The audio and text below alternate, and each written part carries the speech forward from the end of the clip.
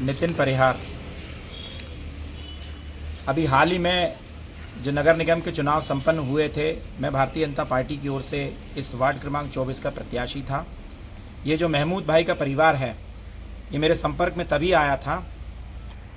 इस घटना को जो फेसबुक और सोशल मीडिया के माध्यम से श्रीमान आसिफ जकी, जो कांग्रेस के कार्यकारी अध्यक्ष हैं, और उनकी पत्नी श्रीमती शबिस्ता जकी, जो भोपाल नगर निगम में नेता प्रतिपक्ष की भूमिका में है कांग्रेस की ओर से, ये जो प्रचारित कर रहे हैं कि इनके साथ में जो घटना घटी है, वस्तु स्थिति अगर हम देखें तो जिस प्रॉपर्टी को लेकर विवाद हुआ था, आज फरियादी की जो पत्नी है वो मेरे साथ में यहाँ आई हैं। इतनी पीड़ित हैं कि उन्होंने वो सीडी के सारे रिकॉर्ड मुझे उपलब्ध कराए। मैंने उनसे कहा कि आप थाने चलें, और मीडिया के सामने भी हमने वो सीडी उपलब्ध कराई है, जिसमें स्वयं आसिफ जकी, इनके जो हस्बैंड हैं महमूद जी, उनको वह धमका रहे हैं कि आपने अगर इस प्रॉपर्टी को लिया तो आपके लिए ठीक नहीं होगा। मैं पूछना चाहता हूं कि आसिफ जकी जी को ये कौन सा अधिकार मिल गया है कि वह अपने आस पड़ोस के लोगों को, और इस रुस्तम खां के अंदर ये पहला केस नहीं है, ऐसे बहुत सारे केस हैं। वो भू माफिया के रूप में यहाँ रह रहे हैं, जिस मकान में वो रह रहे हैं वह भी उनका नहीं है।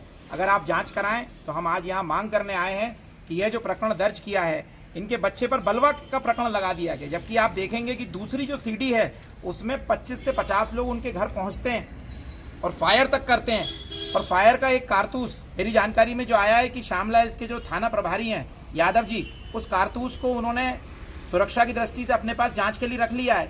मैं बार बार आग्रह कर रहा हूं मीडिया के माध्यम से कि हमारे जो आला अधिकारी हैं वे इसकी निष्पक्ष जाँच करें, और जो पीड़ित परिवार है उसको न्याय दिलाएं।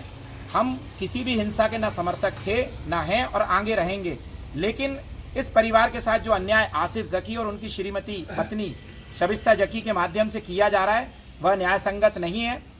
इसकी जांच होनी चाहिए, और हम लोग इसका विरोध करते हैं। आगे भी अगर हमें इसके लिए रोडों पर उतरना होगा तो हम इस पीड़ित परिवार के साथ में खड़े हैं और निरंतर खड़े रहेंगे। ये था कि जो सीढ़ी दे रखी थी हमने, ये जो दी है ये कुछ टाइम पहले की है, जिसमें हम लोगों का विवाद हुआ था प्रॉपर्टी को लेकर।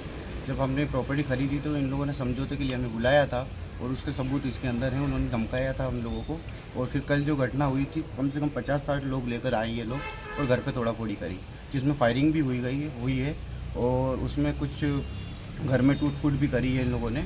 और बाद में घटनास्थल के बाद से कुछ लोग आके फायरिंग के जो कारतूस थे वो भी ढूंढने के लिए आए। उसके फुटेज हमारे पास हैं, वो भी घर के सीडी में, उसमें कैमरे में, वो भी थाने में दे रहे हैं। वो भी थाने में दे रहे हैं। कमिश्नर साहब को भी इसका आवेदन दिया है, और सीडी भी हम लोगों को दे रहे हैं, और यहाँ पर भी हमने आवेदन दिया है। आपका नाम बताइए। राशिदा। क्या हुआ था? ये हमारे मतलब कम से कम 2-2.5 महीने से ये हमसे वो कर रहे थे ये, क्योंकि हमने जब से ये प्लाट लिया है तब से मेरे मिस्टर को धमका रहे थे। जिस दिन हमारे प्लाट का सौदा हुआ उस रोज़ रात को 1 बजे फ़ोन आता है आसिफ जकी साहब का, कहने मैं आपसे मिलना चाहता हूँ। तो मिस्टर ने बोला मैं दिन में आकर मिलूँगा। जब दिन में गए तो उन्होंने खूब उनको धमकाया, और कहने लगे कि जो आपने ये प्लाट लिया है इसको वापस करो, और नहीं तो मुझसे अच्छा नहीं होगा। तो उन्होंने कहा आपने नहीं लिया तो मैंने ले लिया, मुझे दिया मैंने ख़रीद लिया, आपने नहीं लिया तो कहने लगे नहीं है, अगर आप ये प्लाट लेंगे तो इससे बहुत बुरा होगा। मैं आपके लिए और आपके बच्चों के लिए बहुत बुरा होगा। इससे दुश्मनी शुरू, और ये सारी चीज़ें उसमें मेरे पास में। रात में ये हुआ था कि ये जो हमारा जो प्लाट है, दुकान है, उसके सामने ये काफ़ी टाइम से गाड़ियाँ लगा रहे थे, और ज़्यादातर उस प्लाट का ये मसला है, कोई पार्किंग का इतना नहीं था। ये तो फिर बाद में ये गाड़ियाँ लगाने लगे, और ख़ास तौर से जो मेरे बेटे ने बीजेपी ज्वाइन की है तब से उसके ज़्यादा दुश्मन हो गए, और जो ऑफिस था उसके सामने गाड़ी लगाते थे। इन्होंने, मेरे बेटे ने नो पार्किंग का बोर्ड लगाया, तो उस बोर्ड को लाकर इन्होंने फेंक दिया और यहाँ लाकर रख दिया थाने में। तो मेरे बेटे ने पूछा कि ऐसा आपने क्यों किया? तो कहने लगे मैं वैसे ही करूँगी, आज तो मैंने उठा के यहाँ रखा है, कल को मैं इसको तोड़ दूँगी। और हमारा बीजेपी का एक बोर्ड लगा था वो भी उठा के इन्होंने तोड़ के पीछे फेंक दिया। बस उसी को लेकर नहीं ये बात होने लगी। फिर उसके बाद में हमारा समझौता जैसा हो गया। हम लोग जब यहाँ से जाने लगे तो आसिफ जकी साहब यहाँ गेट पे मिले। इन्होंने मेरे को पीछे से दो हाथ मेरे मारे, और उसके बाद में इन्होंने शबिस्ता जकी ने मेरा कपड़े आगे से पकड़ लिए, और आसिफ जकी ने पीछे से 2 हाथ मारे। बस ये मेरे बेटे ने देखा, मुझे आ गया था चक्कर। फिर मुझे उसके बाद में नहीं मालूम क्या हुआ।